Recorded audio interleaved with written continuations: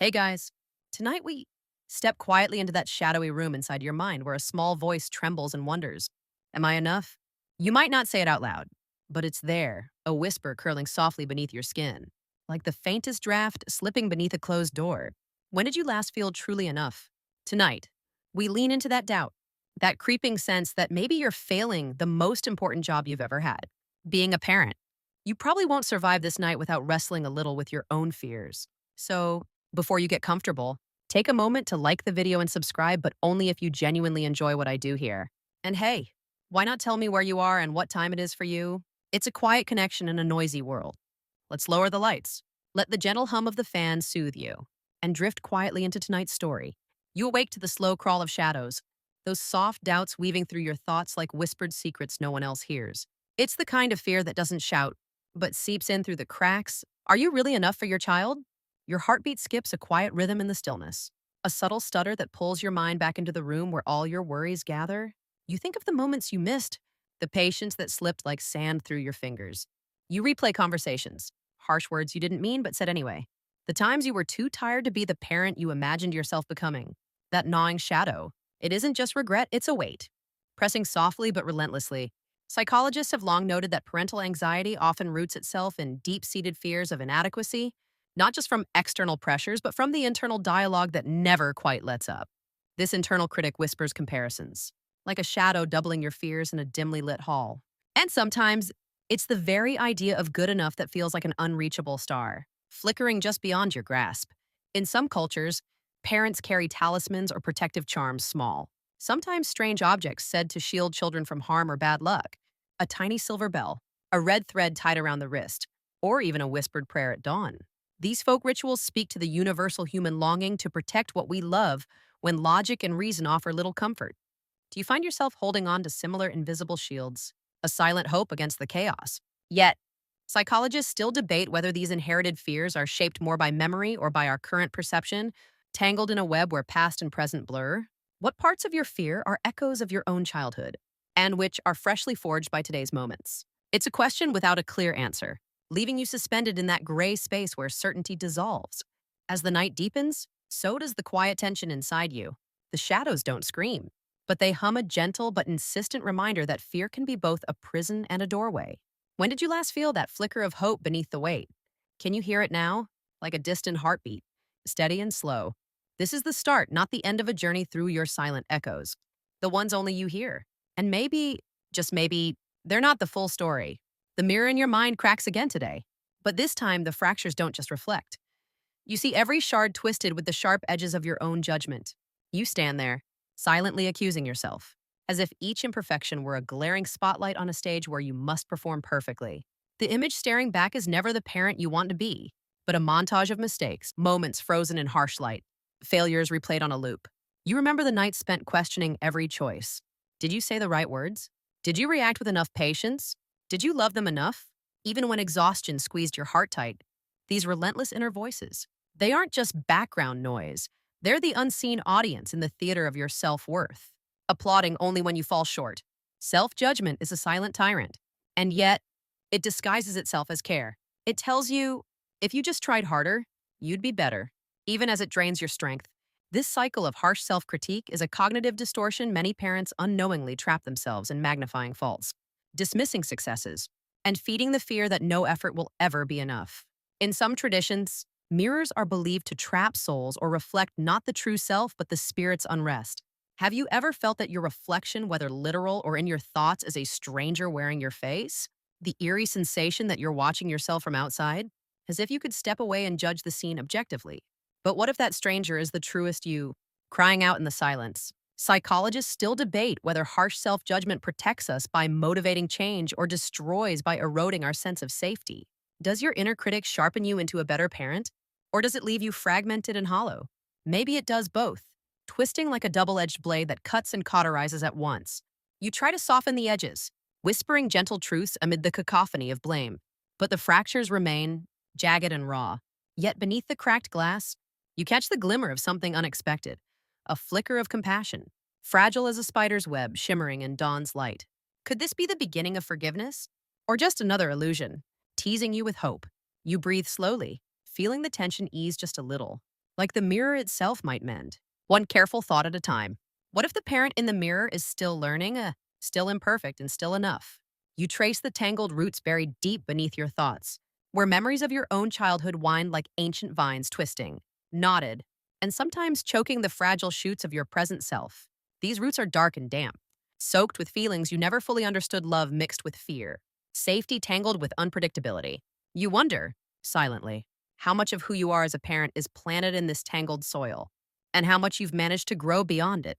The attachment you formed long ago with your caregivers wasn't just a memory, it's a silent thread woven into your nervous system, pulling at your heart without notice. Sometimes it feels like a whisper in your chest, a subtle tug reminding you of needs unmet or fears unspoken. It colors the way you hold your child, the way you speak, even the way you silence your own doubts. In the quiet hours, you wrestle with the question, are you doomed to repeat the patterns you never wanted?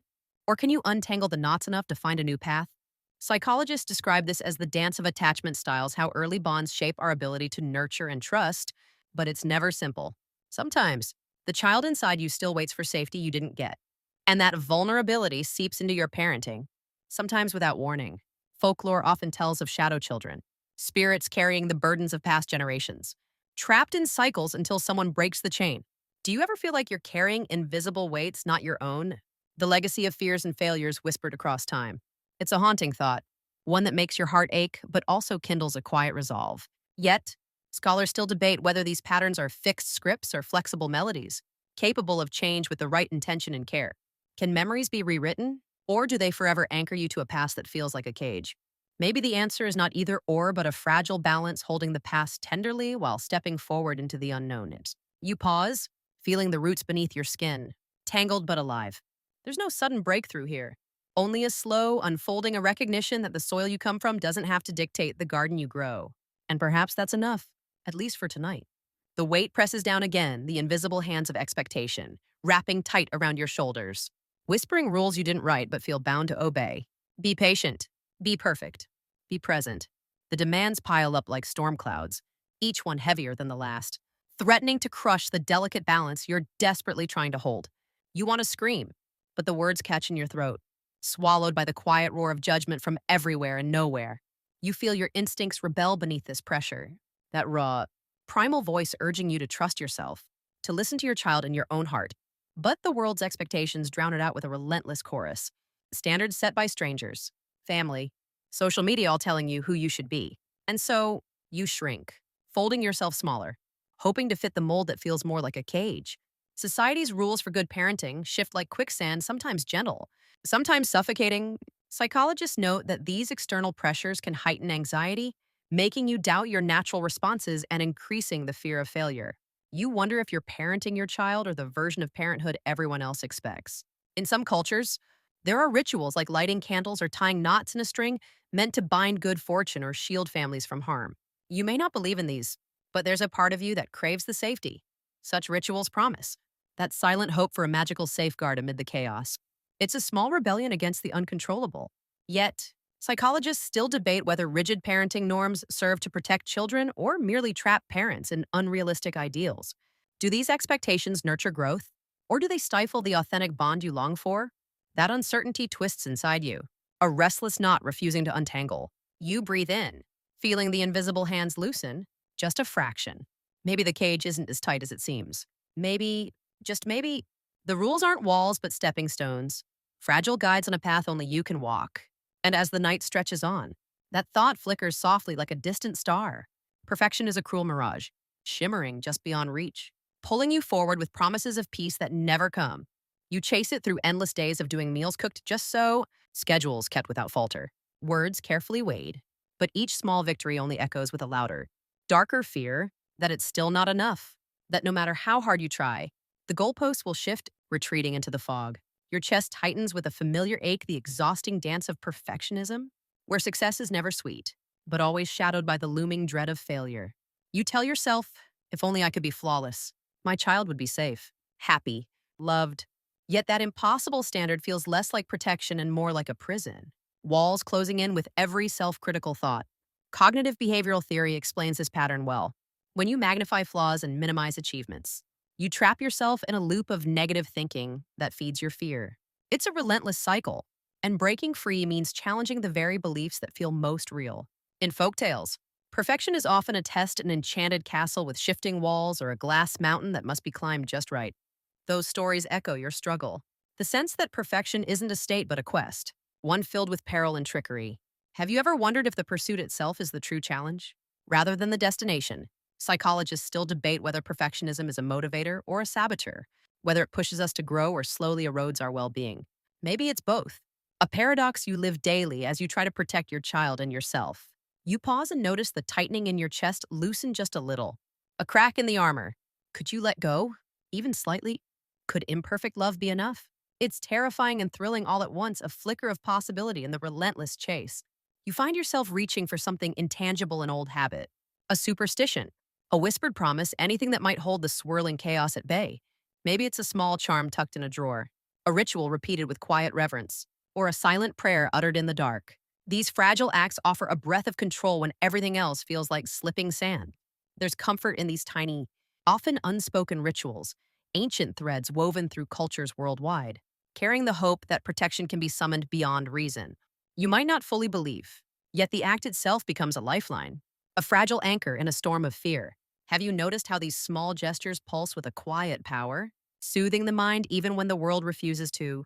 From red threads tied around wrists to stones buried beneath doorsteps. Folklore is rich with protective symbols aimed at guarding children from unseen harm. These beliefs echo a universal truth: the deep, primal need to shield those we love from danger, whether physical or spiritual. In your own way, you might carry a secret charm, not in your hands but in your heart, a hope that something unseen will keep your child safe. Psychologists still debate the power of such rituals. Are they placebo, coping mechanisms, or bridges to something beyond scientific grasp? This gray area invites you to question what gives you strength. Is it faith, routine, or simply the human need to assert some control over the uncontrollable? Tonight, as you hold this quiet ritual close, notice how it softens the edges of your fears. The chaos hasn't vanished, but the act of seeking protection feels like a tender rebellion against helplessness. In that, there is power small, but real. Memories drift through your mind like fog, soft, elusive, sometimes sharp as broken glass. You reach for them, trying to grasp what is real and what is shaped by time, emotion, or perspective. You wonder if the fears you carry are truly yours or echoes of stories told, retold, and reshaped through the years. The past feels slippery, like sand slipping through your fingers, leaving only traces of what might have been. Psychologists still debate whether our childhood memories are fixed snapshots or malleable reconstructions. Some say memory is a dynamic story we retell, influenced by who we are now. Others insist it holds unchanging truth, a foundation on which we build our identity. This uncertainty leaves you adrift between certainty and doubt, questioning which parts of your fear are rooted in fact and which are shadows born of interpretation. Folk beliefs speak of memory as a fragile thread, easily tangled or severed, with some cultures holding that memories can be washed away or altered by rituals. You might not subscribe to these ideas, but the notion that memory is fragile resonates deeply when you struggle to separate guilt from reality. When did you last feel certain about your own story? That blurry line between memory and truth complicates how you judge yourself as a parent. Was that moment of anger really as harsh as it feels? Or has your mind magnified it? Did you really fail? Or are you holding onto a fragment and forgetting the love threaded through the rest? This ambiguity invites a kind of grace, if only you can accept it. Tonight, as the fog rolls in, try to sit with the uncertainty. What if some of your fears are not fixed truths but shifting stories? How might that change the way you see yourself, your past, and your path forward? You wear a quiet mask when you step outside, smiling softly, nodding politely while inside. A storm rages. The fear you carry about not being enough stays locked behind your lips, a secret too heavy to share. Isolation wraps around you like a thick fog, muffling your voice and blurring the lines between what you feel and what you show. This solitude is a paradox. You crave connection, the warmth of understanding eyes, the balm of shared experience. Yet the fear of judgment, of being seen as flawed, keeps you silent. The loneliness folds in, slow and steady, pressing down on your chest. How long can you carry this alone before the weight becomes unbearable? Psychologists note that parents often hide their struggles, afraid vulnerability will be mistaken for weakness. Yet, this silence breeds isolation, feeding the very fears it seeks to hide. The loneliness becomes a shadow companion, whispering doubts and magnifying insecurities in the quiet moments. In some folk traditions, silence itself is believed to hold power, both protective and imprisoning. The silent sorrow is a phrase that echoes through tales, where unspoken grief binds the soul. Do you sense this binding in your own quiet suffering? Does your silence shield you? Or does it chain you? Scholars still debate whether sharing fears is always healing or sometimes deepens wounds, depending on who listens and how. Is your silence a fortress or a cage? That line blurs, leaving you suspended between relief and fear. Tonight, as the world sleeps, feel the weight of your solitude, but also imagine a single thread connecting you to others who carry the same silent burden. What would happen if you gently tugged at it? Could it unravel your isolation? Even just a little, in the quiet chaos of your day, a small moment breaks through an unexpected smile from your child, a whispered, I love you, or a tiny hand reaching out for yours. These flickers of tenderness are fragile flames in the night, flickering yet persistent, offering light in the vast darkness of doubt. You cling to these imperfect sparks, each one a reminder that love doesn't demand perfection, it thrives in vulnerability and presence. Yet, even as warmth spreads, the shadows linger, questioning if these moments are enough. If your love will truly shelter your child from the storms ahead, attachment theory teaches us that these small acts of connection build the foundation of security, even when everything feels shaky. But you still wonder, can love really heal the fractures born of fear and uncertainty? Or is it just a fleeting balm over a deeper wound? Some folk stories speak of fireflies as guardians of the heart, tiny lights guiding lost souls home. Perhaps these moments of tenderness are your own fireflies, glowing softly to lead you through the dark. Can you follow their glow without losing yourself to doubt? Psychologists still debate how much early emotional moments shape resilience, whether a fleeting smile can tip the scales toward healing, or if consistent patterns are needed to rewrite fear. That uncertainty twists inside you, a tender tension between hope and skepticism. As you breathe in the warmth of these small flickers, feel the quiet shift inside you, an opening, a softening. What if these imperfect moments aren't just enough, but the very thing your child needs most? That voice, the one inside your head, shifts again. Sometimes it's a cruel whisper, sharp and relentless, cutting deeper than you thought possible. Other times, it's curious, almost gentle, probing your intentions with quiet questions. This internal dialogue is a shifting shadow, an echo chamber where doubt dances with fleeting hope. You catch yourself listening, wondering, is this voice a protector, warning you of dangers unseen? Or is it a saboteur, twisting your love into chains of guilt and fear? Its tone is unpredictable, a restless tide pulling you between self-compassion and self-condemnation.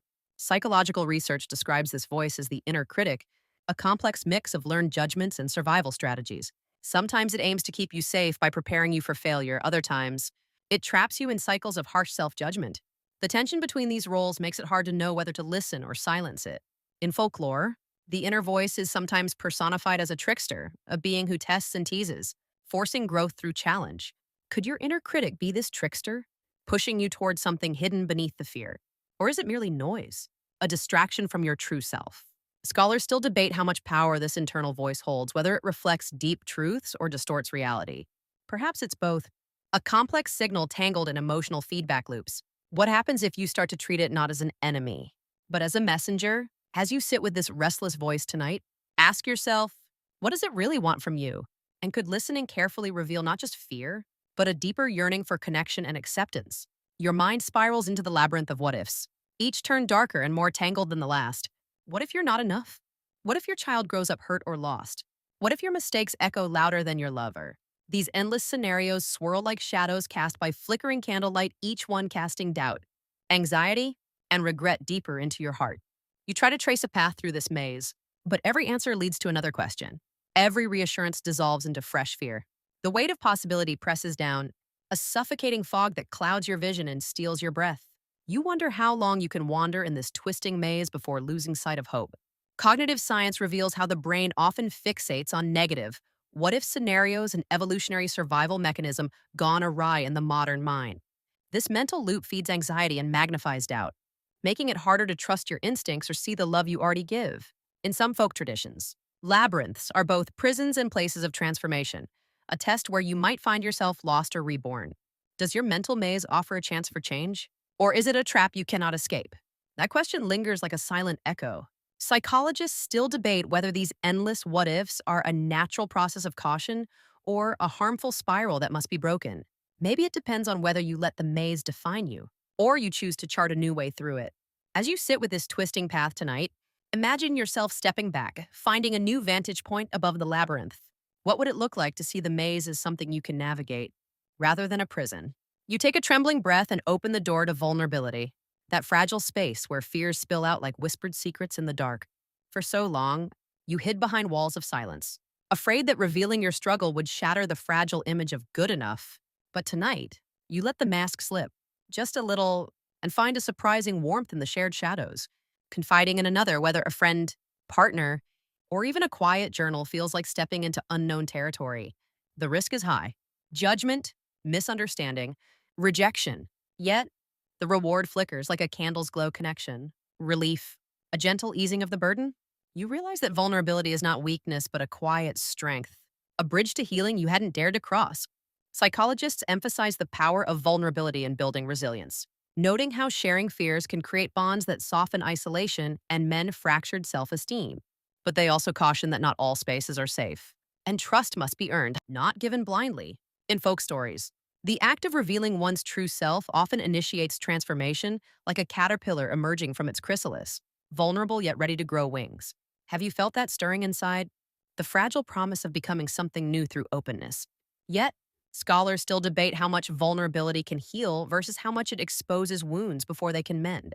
It's a delicate dance how much to share, when, and with whom, but the very act of stepping into that dance tonight shifts something inside you. As you breathe into this new openness, ask yourself, what might happen if you let someone see your silent fears? Could that be the first step toward freedom? You stand at the crossroads between control and surrender, two opposing forces tugging at your heart with equal strength.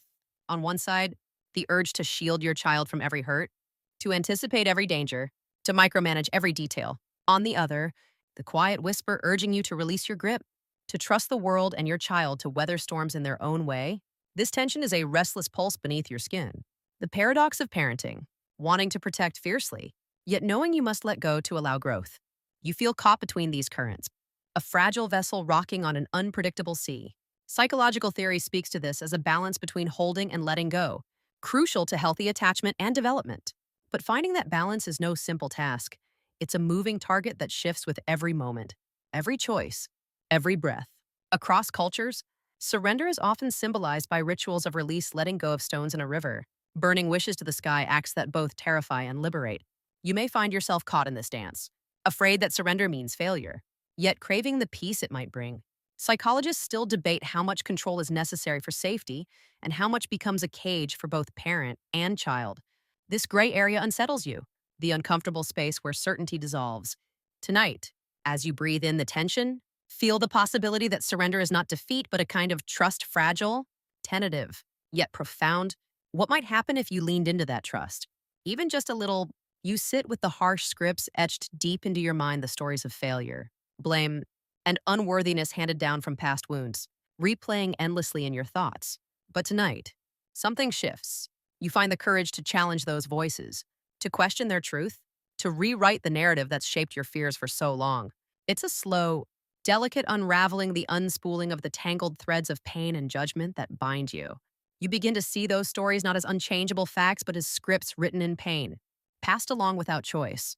And as you rewrite, you feel a lightness, a flicker of freedom growing in the spaces once filled with doubt. Psychologists call this narrative therapy, a way to reshape self-perception by transforming the stories we tell ourselves. Yet, it's never a clean break. The past lingers, shadows blending with light, and the work requires patience and compassion. In folklore, rebirth often involves shedding old skin or walking through fire to emerge renewed. You may not feel reborn yet, but you're stepping into the fire, daring to transform. Could this be your own passage? The turning point in your journey? Scholars still debate how much we can truly change these deep-rooted stories versus how much they shape us forever. But maybe the question isn't about erasing the past, but learning to hold it differently, gently, with hope. As you breathe in this quiet transformation, ask yourself, what new story do you want to tell? And who do you want to become? Dawn creeps softly across your window, painting the room with gentle hues of pale gold and quiet hope. The long night of fears, doubts, and restless thoughts begins to fade, leaving behind a fragile calm, a quiet space where you can finally breathe without the weight of relentless judgment. You rest here, suspended between what was and what might be, feeling the slow unraveling of tension inside your chest. The journey through shadows has brought you to this fragile edge of peace, where fear no longer shouts but whispers, softened by the tender light of acceptance. You feel the pulse of hope beneath the quiet. Like a single thread woven through a tapestry of uncertainty, the night's echoes, those silent fears and whispered doubts linger still. but now they carry a gentler tone, as if acknowledging your resilience. Psychologists describe this state as self compassion, a healing balm that grows when you allow space for imperfection and recognize your own humanity. It's not a sudden cure, but a slow unfolding. A willingness to hold your fears alongside your love without being overwhelmed. This balance is delicate, but it is real. In many cultures, dawn symbolizes rebirth and renewal, a moment when the world is made new again. Imagine yourself stepping into this new day, carrying both your scars and your strength, walking forward with the quiet courage born from all you have endured. The wind outside hums softly, a gentle lullaby coaxing you toward rest. Let its calm wrap around you like a warm blanket, soothing the frayed edges of your heart. Here, in this peaceful moment, know that you are enough, imperfect, growing, and deeply loved. End of script. Sweet dreams.